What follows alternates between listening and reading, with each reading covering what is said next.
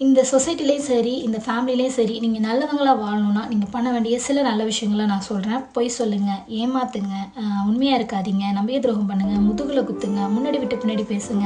இது எல்லாத்தையும் பண்ணீங்க அப்படின்னா, நீங்க வந்து செம்ம கேரக்டரு. உங்கள பார்த்தா ஒரு பயம் வரும், ஒரு மரியாதை வரும். "அப்பா அவங்க வராங்கப்பா" அப்படின்னு சொல்லிட்டு உங்கள தூக்கி வச்சு கொண்டாடுவாங்க. அதுவே நீ வந்து கெட்டவளா இருக்கணும் அப்படின்னு நினச்சேன்னா, பொய் சொல்லாதீங்க, உண்மையா இருக்காதீங்க, முதுகுல குத்தாதீங்க, அவங்களுக்கு ஒன்றுனா துடிச்சு போகாதீங்க. எந்த நல்ல விஷயங்கள்லாம் இருக்கோ அதெல்லாம் பண்ணீங்கன்னா, உங்கள மாரி மட்டமான ஆளு வேறு யாருமே கிடையாது.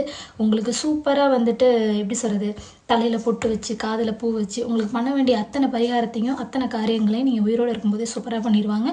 அதுக்கப்புறம் நீங்க வாழ்றது எதுக்கு? செத்த போனம் தானே! நான் சொல்றது கரெக்ட்டு தானே! இதாங்க இங்க நடக்குது. உண்மையிலுமே இதான் நடக்குது. நம்ம நல்லவங்களா வாழ்ந்தோம் அப்படின்னா, இங்க வாழவே முடியாது. நான் எல்லாருமே சொல்லுவாங்க இல்லையா? "நீ வந்துட்டு சத்திரியனா இருக்காத, சாணக்கியனா இரு" அப்படின்னு சொல்றது எதுக்காக சொல்றாங்கன்னா, நீ ஏமாத்து, எல்லாரையும் ஏமாத்துன்னு சொல்ல வரல. எந்த இடத்துல எப்படி நடந்துக்கணுமோ அப்படி நடந்துக்கங்க. எல்லார் முன்னாடியுமே நான் நல்லவனா தான் இருப்பேன் அப்படின்னு நினைச்சின்னா, நீ இந்த உலகத்துல வாழவே முடியாது. உன்னை வாழவும் விடமாட்டாங்க. இதுதான் உலக நியதி. இது வந்து அகராதியிலே எழுதப்படாத ஒரு கருத்து.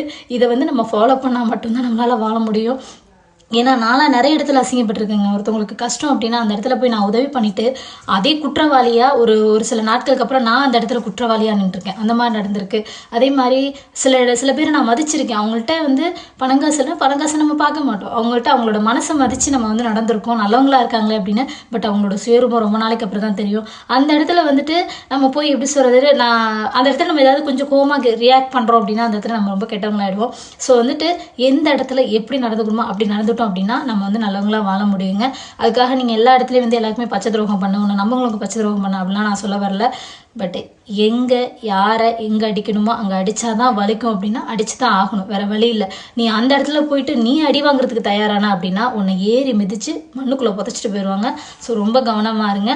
அன்பாக இருந்தாலும் சரி, வேறு எந்த விஷயமா இருந்தாலும் சரி, அளவோடு இருங்க, பார்த்து பழகுங்க. நான் அடிக்கடி சொல்கிற விஷயம், பெரியவங்க சொல்லுவாங்க, கரும்பு வெட்டினாலும் கண்ணு பார்த்து வெட்டுன்னு சொல்லுவாங்களா, அந்த மாதிரி ஒவ்வொரு இடத்துலையும் பார்த்து நிதானமாக கால வைங்க. ஏன்னா குழியில் போய் விழுறதுக்கு ரொம்ப தூரம் இருக்காது, ரொம்ப பக்கமாக தான் இருக்கும். கேர்ஃபுல்லாக இருங்க.